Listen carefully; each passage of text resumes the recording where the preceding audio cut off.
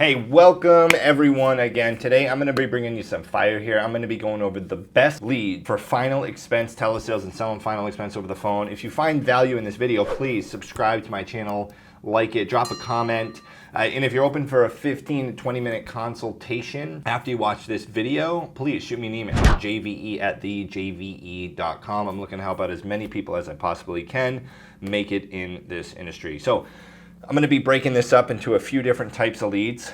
I'm going to be going over what is the best for outbound calls, and I'm going to be going over what's the best for inbound calls from what I have worked so far. I can't shed light on anything I haven't worked yet, but we're going to start with the outbound. I know most people want to start with inbound. So if you do want to start with inbound, then you can just look in the description of the video and move on to that chapter and that timestamp where it says inbound calls. But I highly recommend that you start selling with outbound, because if you don't get your outbound presentation down, you're going to run out of money and go bankrupt on inbound calls. That's just how it is. Unless you're at an IMO like ours, where we provide inbound live transfers throughout the day, you're just going to run out of money. You have to get the skill down. So for outbound calls, you cannot be a telemarketing callback lead.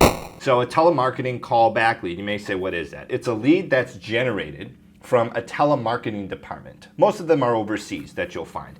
Most of them are in the Philippines, most of them are in Pakistan or Dominican Republic. And there are a bunch of people in a room that call people who filled out forms saying they want information on insurance. So they call them and they bring them through a 3 to 5 minute pre-qualification process where they ask them questions like, how much insurance were you looking for? Who's your beneficiary going to be? Maybe what's your favorite color? As a security question answer, they get their address, the city, state, zip code, they get all that stuff, and they figure out, they get some preliminary information for you on the lead itself. So typically that recording is attached on the lead form. So say you buy 30 leads, telemarketing callback leads, and then on the sheet they send you, the spreadsheet of leads, one of the columns should have a link linking to that call recording of what they used to actually qualify the lead and bring them through the process. So it's pretty cool to be able to see that. Now, I do have a source for telemarketing callback leads, which you'll be able to find in the description of the video. And also you can send me an email, jve@thejve.com. Just ask me what I like for lead vendors, and I'll send you some information over and let you know. Okay, so why are telemarketing callback leads good? Well, telemarketing callback leads are good, and they're my favorite for outbound calling with final expense telesales because they are the right audience. They answer the phone. They talk to someone for 3 to 5 minutes on the phone and told them why they want insurance. I don't buy stuff on the phone. I mean, maybe I would. Actually, I did buy one thing on the phone that I can think of. I bought a computer because they followed up with me, right? But telemarketing callback leads are great because you know the client buys things on the phone. So that's why I love them. First off, it's the right audience. There are other ways that people can get leads, like filling out forms online, stuff like that. Just because someone fills out a form online doesn't mean they're really receptive to a phone call. So these people, you know that they are that audience that you're looking for. There's still some sales involved, though. They're still going to give you some pushback. But look I want to talk to someone who will sit on the phone for 3 to 5 minutes with someone from a Filipino, Pakistani, or Dominican call center. If you sit on the phone with them for that long, telling them your information, then you better be able to tell it to me too. That's the way I look at it. The reason why I like them for outbound as well is because there's a lot of data in the lead that you can use as ammunition in your sales presentation. You can use it as talking points. It includes the state they live in, their address, their date of birth, which a lot of other lead types include, but it also includes things like their beneficiary, right? If they use tobacco or not, that's in there a lot. Their favorite color or their favorite hobby.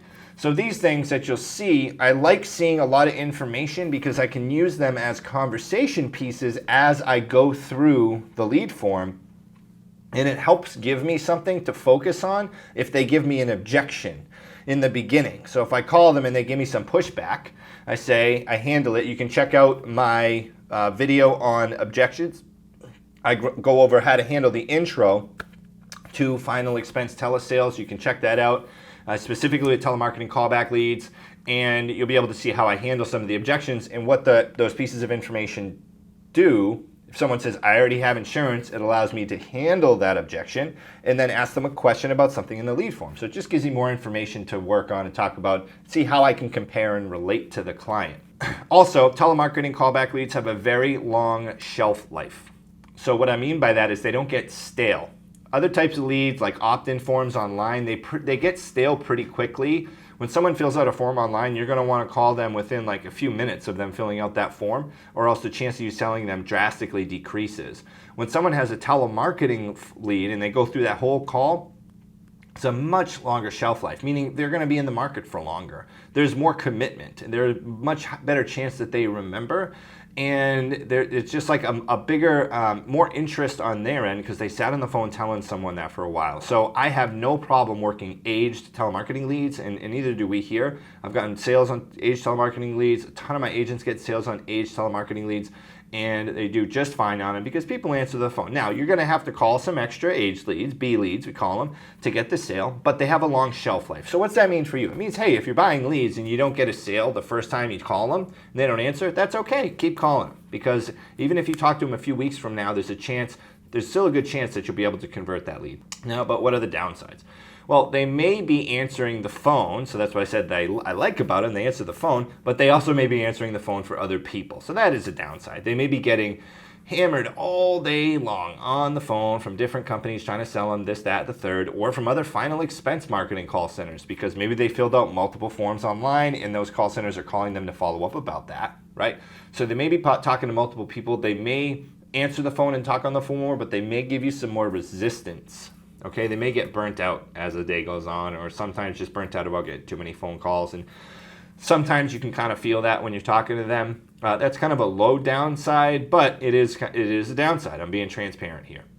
So also what we're going to do here is listen to an example of a qualification of a telemarketing callback lead. So I'm going to play a couple minutes here of what it sounds like when someone from a marketing call center calls a potential lead, brings them through the lead qualification process, and then what is generated for you as the agent when you purchase a lead. So we're going to listen to that right now. Hello? Yes. Yes, good day. This is Alex calling with American Directives. How are you? All right. All right.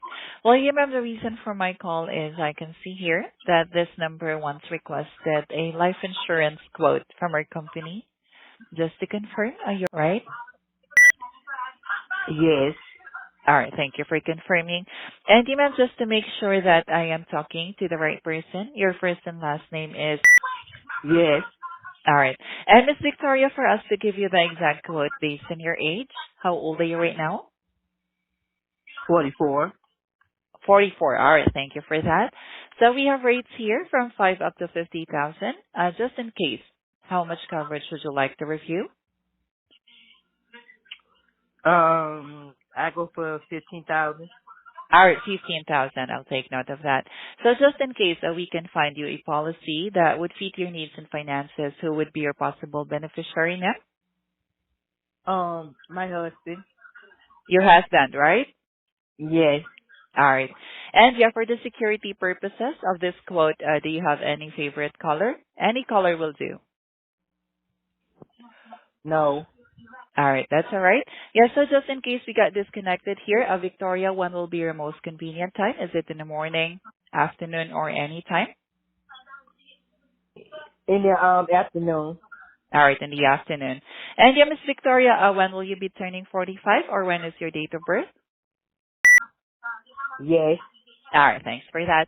So yeah, what is your 5-digit zip code? All right, thank you for that. Mm-hmm. Yeah, so Victoria, do you smoke cigarettes? Are you a smoker? No. All right, that sounds good. Healthy living. And yeah, what is your street number and your street name?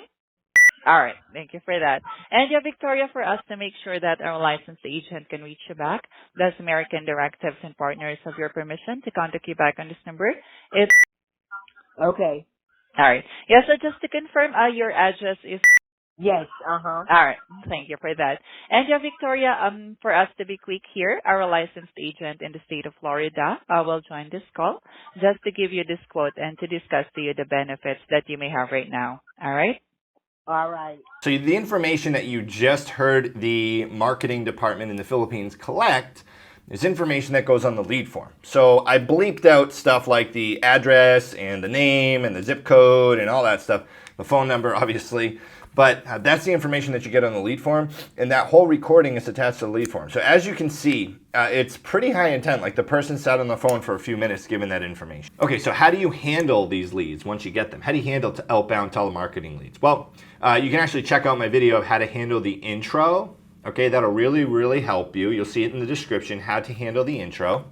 That way you'll be able to push through the objections that you receive in the beginning. That's a whole nother video in itself. And I really wanted to keep this lead focused here, not as much sales focused. So if you want the sales material, then definitely check out that video after this video. You'll see it in the description. Make sure you watch this whole thing though, so you get all the knowledge on it.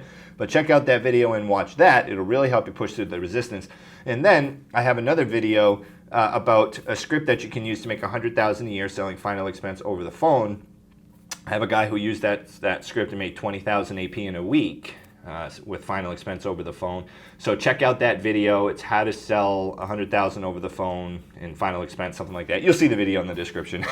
I have the link in there too, and you'll be able to handle the whole sales process with that. So you want to check out my sales videos on how exactly to handle those leads. But what you want to do, you want to be making a bunch of calls, a bunch of outbound calls. You want to be practicing, role-playing, and really mastering your presentation. That is the goal, and that's what you want to do. So follow those videos, my sales, to learn how to do that. Now, aged telemarketing leads are really, really good for you to buy. So when you start, you're going to want to find a vendor who's going to sell you aged leads as well as brand new leads. Because for me, honestly, you give me a name and a number of a telemarketing lead, I get them on the phone, there's a really good chance I'm going to be able to get them through a presentation. If I get them through a presentation, there's a good chance I'm going to make a sale. I have a pretty good closing ratio on people that I'm able to get through the whole presentation. And I don't mind calling aged leads if I have to. I don't do as much calling on my end anymore. Not much at all. I'm really helping people trying to figure that out for themselves and teach them how to do that. But I have no fear of calling an aged lead. And I did when I started. When I started, I thought that I had to only call a brand new lead to get a sale. And I realized that that's just not the case. I just hadn't developed my skill enough yet to be able to handle an aged lead. But the thing is, if you can handle an aged lead, you can handle a brand new lead. If you can handle a brand new lead, you can handle the expensive inbound call leads, which I'll get into here in a little bit. And you want to work on the outbound ones first, and aged leads are a great resource. That way you can have your activity high during the day. You can usually get a couple hundred of them for pretty cheap, and then some new leads on top of that. So you're working both. You're also going to want to have a great place to store your leads. I highly recommend VanillaSoft. If you check the video, you're going to see a link in there on how you can schedule a demo of VanillaSoft. It's a CRM, all right? And it'll help you store all your leads. I mean, it's my favorite one. There are a bunch of CRMs out there. I know Five9, I think it's called, is a good dialer. But I prefer VanillaSoft. So if you'd like to schedule a call with them, all of our agents here are on VanillaSoft. The next type of lead I'm going to go over for outbound call are Facebook leads. Okay, Facebook final expense leads. What is a Facebook lead? A Facebook lead is a lead generated from Facebook. Someone was scrolling through the Facebook feed and they saw an ad for final expense insurance or burial insurance or a state-approved program, and they filled out the form saying that they want information and for someone to reach out to them about information. All right. So I have a video. I know I'm referencing a lot of my other videos here, but I have a video which you can find in the description. It's how to make your own final expense Facebook ads. And you can just check out that video. It'll show you how to do it so you can generate your own leads from Facebook without having to buy them from a vendor. But that's what a Facebook lead is. That'll show you kind of like the back end, the guts of it, how a Facebook lead is created. But why are they good? Like I said, this video is about the lead itself. I'm just trying to provide you guys with some extra references here so that you can kind of really assimilate this into your career in final expense telesales. So why are they good?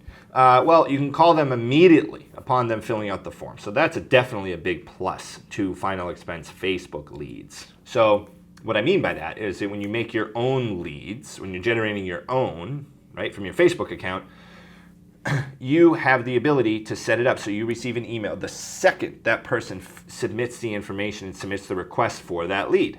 All right, so what do I mean by that? Well, Betty goes online, she says, I want final expense insurance, puts her name, her number, and her address, and then you get an email saying, Betty wants some insurance information. So you can call immediately. The reason why I love that is because time to action drastically increases your chances of closing that lead. So you can just hop on them right away And also, you can get your cost per lead pretty low if you run them in a bunch of different states. You're going to have to invest in non-resident licenses for that. But I got myself a bunch of different licenses, and I was running Facebook leads in a bunch of different states. And what that would do is drive my cost down significantly. It drove my cost per lead down significantly, and that means my cost per acquisition was down, so I was remaining pretty profitable. And I knew what the ad said, so I was able to match my pitch to the marketing. So that's something you're really going to want to do regardless of whatever lead you're working. You're going to want to match your pitch to the marketing. So you're going to want to approach the lead from the same perspective that the ad or the marketing did, even if it's telemarketing leads, same thing. Another thing I like about the final expense Facebook leads is you can structure the questions on the lead form to however you want to ask them. I didn't put a ton of questions. I just wanted the name, the number, and the state they lived in, and their age. That's really the 4 things I wanted because I was doing telesales. I didn't have to go knock on their door. That didn't really matter to me. Now, when you do that and you have less information on the actual request form that they have to fill out to ask for the information for insurance, it's a higher chance that the person's going to do it, because the more someone has to type in and the more stuff someone has to give you, the less chance that they're actually going to do it. So I got a better lead cost, and I was able to just call them very, very quickly. Also, the reason I love final expense Facebook leads when I started is because you could have a prompt on the end screen, the thank you page, once they submit and request the information, for them to click to call in. So I was able to generate inbound calls from Facebook, and then that was gold. So you would get the lead, and then you would also get, they could call in. Now, I love that because, man, Facebook inbound calls are absolute gold. If you put an ad for final expense on Facebook and someone calls you, you got a really good chance of closing that deal, because they were like, man, I need that right now. And they called you and reached out for it, as long as your ads are being pretty transparent and honest. Now, I made a ton of money selling Facebook leads when I first started. When I first started, I did not sell telemarketing callback leads too much. I primarily sold final expense Facebook leads. That was my main source of leads when I started. So why may they be bad though? Because Facebook leads get sometimes a bad rep. So why are they be bad? They would be bad. Well, first off, if they're aged leads and they're aged Facebook leads, the shelf life on a Facebook lead is significantly lower than a telemarketing callback lead. So for a new Facebook lead, you're gonna want to call them like right away. Okay, the shelf life on those diminishes pretty significantly. All right, and just because they filled out a form on Facebook doesn't mean they're really open to talking with you. So they can put fake information on the lead form too, right? They can put a fake phone number, they can put a fake email, whatever. They can put something that's not really theirs, thinking that they're going to just get the information on the next screen or something like that. I've done it plenty of times. I go to a landing page, I fill out a form, I don't put my accurate actual information on there, and then I don't get what I want. But that happens with our clients. So you may be calling numbers that aren't even a real number or aren't even that person's number. So that's one plus of telemarketing callback leads to Facebook leads, is that in the telemarketing form that number was called to generate the lead. So that's their phone number. You see what I'm saying? Facebook leads, they can lie about that. And then the shelf life, like I said, is really short. So it does not have a long shelf life. But how do you handle them? Like I said, you call them as soon as they come in. You want to use my Facebook leads script. Email me for my script. You can also email me for my script for telemarketing leads. Email me if you want it. I'll send it over to you. Use that script, watch the videos, and learn the sales part of it, which is in some other videos I have on how to handle those. Because it's not just like, a lead is really only as good as the person handling it, to be honest. It really is. You got to get the sales part down. So many new agents are like, oh man, if I just get all the inbound calls, it's total BS. I don't know anybody only, like a single agents. I know agencies that make a lot of money with inbounds from a scaling perspective, but single agents, it's hard only taking live transfers when you're starting, okay, when you're starting. Now, as an experienced vet on the phone, you can take live transfers throughout the day and be profitable, but as a new agent, it's tough. Also, how can you handle Facebook leads? Well, as long as in the form that they fill out for insurance, it has some sort of compliance page in there saying that they're giving you permission to text them, then you can set up text message automation. So there's a program called ClickSend that I used to use, clicksend.com, and I would just set up text message automations for them to be sent a text immediately, and then half hour after, 3 hours after, 1 day after, 2 to 3, 4, 5 days after. of reminding them that they filled out the form, or hey, your information is available, you qualify for additional discounts and benefits, reach out to us to make sure that you're eligible for them, or whatever. So you can have text automation follow up with Facebook leads and make them compliant by putting in the right stuff in your form on the lead generation part. So next, what we're going to be going to is inbound calls. Okay, the next thing is inbound calls. So inbound, the only ones I've worked are live transfers and inbound calls from Facebook. We already covered inbound calls for Facebook. It's really easy. Someone sees it they fill out the lead form. It says call in. They're saying, yeah, I'm calling about the insurance I saw online.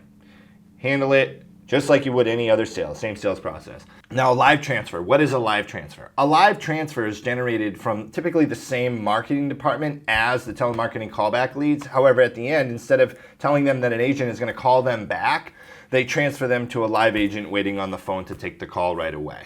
Okay? So as you can see, like, you want that transferred to you because that person is sitting there saying, yeah, I would like a call back for some information. And if they have 3 to 5 minutes to sit on the phone and tell the person that they want a call back, they probably have a few more minutes to talk to an agent about the actual insurance. Okay, so when you purchase live transfers, you typically have 90 to 120 seconds to qualify that lead, meaning 90 to 120 seconds to ask some questions to make sure that there is some interest in insurance and that they can talk to you before you have to pay for the lead from the marketing department in whatever live transfer vendor that you go to. Some questions I would ask when getting live transfers are, do you have an active checking or savings account? Do you have 10 or 15 minutes available for you to go over this stuff? Has life insurance been on your to-do list? Can you make decisions by yourself, right? I would ask those questions pretty much right away to make sure that you're establishing, hey, is this person on the phone? Can they pay? Can they make decisions? And are they interested? There's some level of interest in insurance, okay? Because live transfers can get pretty expensive. So if you're not qualifying them that way, you're going to run out of money. This is why I'm saying, and live transfers can be pretty expensive. So this is why I'm saying you want to learn the outbound first, because I learned those questions by dialing outbound. All right. So you want to learn outbound first and then move to live transfers. Now, if you want to be a lead junkie and just get only live transfers, then you can go do it. But if you fall flat on your face, don't come to me asking why that happened. You're going to have to put some work in. There's no easy way to be successful in insurance. The people who do well with live transfers already do well with outbound calls. I'm trying to help you here by telling you to do outbound first before moving to live transfers. A lot of agents get in, I want to do live transfers. They think it's easier, that a call is coming in. But they find out pretty quickly that it's not really that much easier. You have to have the same skill level to be able to close those. So why is it a good lead? Well, it's pretty obvious, right? From the recording that you heard from the telemarketing callback lead generation, it's pretty obvious of why that is a good lead, because it's a person on the phone saying, I want some insurance. So it's pretty obvious in that case. So why would a live transfer be bad? Well, number one, if you don't know how to close telesales for final expense, it's going to be bad because you're going to end up spending a ton of money on a deal that you're not going to know how to close, okay? It could also be bad because they may not really have the time to talk to you, even though they talked to the marketer before. So, you may get in a situation where you get something transferred to you and then all of a sudden something comes up and they leave. Another downside is that they're significantly more expensive than callback leads. But look, if you got the skill and you can handle it, getting live transfers is probably going to yield you more sales in a day. You may not have a lower cost per acquisition, but you may end up making more money because you can get more sales in a day, given that you're getting more people on the phone. But I would mix it up between callback leads, live transfers throughout the day if I were you. How do you handle live transfers? Well, I have a whole video on how to handle live transfers. I know I'm referencing a lot of videos here, but to really go in depth in the sales aspect of this too, remember I wanted to keep it about leads and marketing on this.